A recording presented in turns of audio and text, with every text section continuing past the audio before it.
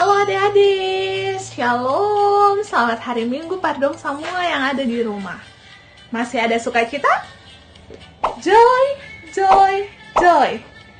Sukacita, sukacita.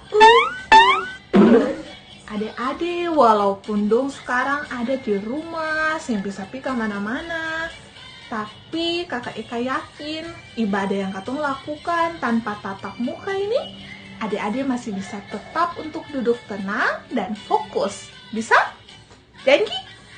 Nah, sekarang adik-adik dong akan berdoa bersama dengan kakak Eka dan katong juga akan membaca Alkitab. Tadi dong menyanyi puji Tuhan dan mama dan papa sebelum ibadah tuh. Nah, sekarang sebelum katong baca Alkitab, mari katong berdoa. Tutup mata, lipat tangan, lalu katong berdoa. Tuhan Yesus, Allah Bapa yang bertata dalam kerajaan surga, ada lagi ungkapan syukur yang kami anak-anak kecil dua naikkan kepadamu Tuhan. Walaupun kami terpisah dari kakak pengasuh, kami beribadah sendiri di rumah bersama keluarga kami, tapi kami percaya Tuhan Yesus tetap ada bersama-sama dengan kami. Tuhan, kami rindu untuk membaca Alkitab. Kiranya Tuhan Yesus mau memberkati kami agar firman yang kami baca ini dapat kami lakukan dalam hidup kami dari hari lepas hari. Terima kasih Tuhan Yesus, hanya di dalam nama Tuhan Yesus kami berdoa. Amin.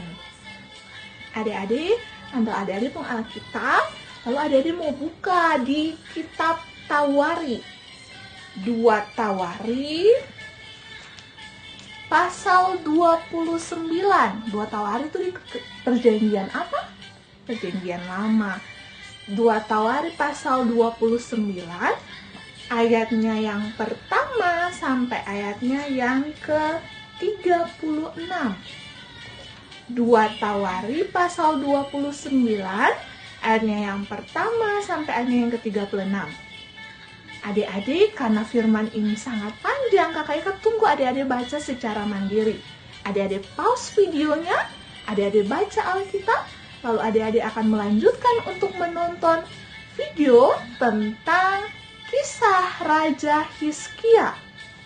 Oke, adik-adik duduk tenang lalu baca Alkitabnya. Adik-adik, katong punya pokok bahasan materi di hari ini adalah tentang Raja sebagai mitra Allah. Ada 3 hal yang akan adik-adik ketahui tentang Raja Hizkia. Yang pertama, mengapa Allah memilih Hizkia menjadi raja? Yang kedua, apa fungsi raja sebagai mitra Allah? Dan yang ketiga, apa peran dari Raja Hizkia sebagai mitra Allah? Adik-adik, habis baca Alkitab toh? Nah, sekarang kakak Eka mau cerita tentang Hizkia. Adik-adik tahu siapa itu Hizkia? Hizkia adalah seorang pemuda yang percaya kepada Tuhan Allah. Ia selalu melakukan apa yang benar di mata Tuhan.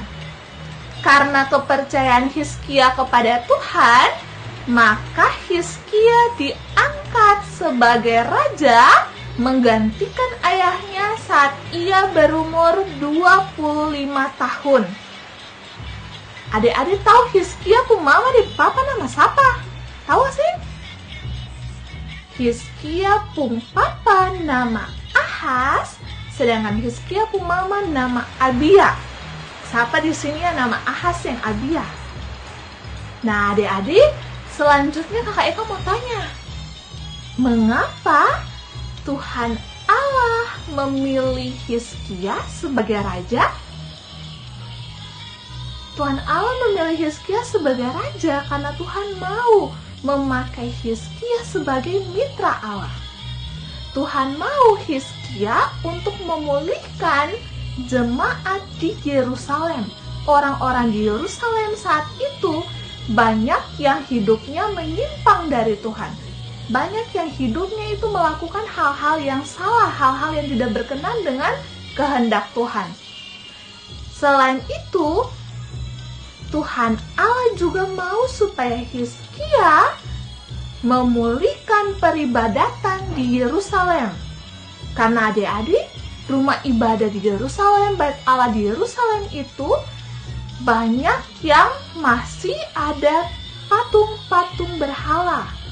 Jadi Tuhan Allah mau untuk Hizkia memulihkan bait Allah dan peribadatan di Yerusalem. Nah, adik-adik, lalu apa fungsi raja sebagai mitra Allah? Adik-adik tahu? Fungsi raja sebagai mitra Allah adalah raja sebagai penengah atau perantara antara Allah dan umatnya, sehingga segala kehendak Allah dapat dijalankan oleh raja untuk kemuliaan Allah bagi kebaikan seluruh umat Allah. Berarti sebagai raja, Hizkia bertindak sebagai perantara untuk menjalankan kehendak Allah bagi umatnya. Adik-adik, peran Raja Hizkia sebagai mitra Allah adalah Raja Hizkia membukakan pintu-pintu bait Allah dan bait Allah diperbaiki kembali. Hizkia juga memanggil para imam dan juga orang-orang Lewi dan menyuruh mereka untuk membersihkan bait Allah dan memperbaiki segala sesuatu yang rusak di dalam bait Allah. Apapun patung-patung berhala yang ada tersimpan di bait Allah, semuanya dimusnahkan. Adik-adik, setelah semua patung-patung berhala dibuang ke dalam sungai Kidron di luar kota Yerusalem, maka Hizkia pun mempersembahkan korban yang pertama kepada Allah di depan bait Allah untuk meminta pengampunan dosa dari Allah. Mereka juga menaikkan puji-pujian dan doa kepada Allah. Hizkia pun sampai berlutut untuk berdoa minta pengampunan dari Allah. Hizkia kemudian dipakai Allah untuk memerintah di sana selama 29 tahun lamanya. Adik-adik, belajar dari Raja Hizkia, Katon juga harus selalu melakukan kehendak Allah dengan selalu hidup benar di hadapan Allah. Untuk itu, Kakak Eka harap apapun yang adik-adik kerjakan, di mana saja adik-adik berada, tetap ingat untuk melakukan apa yang Tuhan Yesus mau. Oke? Sebelum Katong selesai, mari Katong berdoa. Tutup tangan, tutup mata, lalu Katong berdoa. Tuhan Yesus, Allah Bapa yang baik, kami bersyukur ibadah kami boleh selesai. Kiranya Tuhan, setiap firman yang boleh kami dengar, dapat kami lakukan itu dalam kehidupan kami. Ajar kami agar kami bisa hidup sebagai mitra Allah yang sejati, yang selalu melakukan apa yang Tuhan kehendaki dalam hidup kami. Tuhan Yesus, berkati semua orang yang mengasihi kami, berkati orang tua kami, berkati kakak pengasuh kami, berkati kehidupan kami juga Tuhan, masa-masa pertumbuhan kami, kiranya kesehatan juga selalu diberikan Tuhan bagi kami. Ini doa kami Tuhan Yesus. Kami akan melanjutkan aktivitas kami, kiranya Tuhan Yesus mau pimpin dan berkati kami selalu. Kiranya kasih karunia dan damai sejahtera dari Allah Bapa, dari Tuhan Yesus Kristus mau tinggal menyertai kami hari ini sampai selama-lamanya. Amin.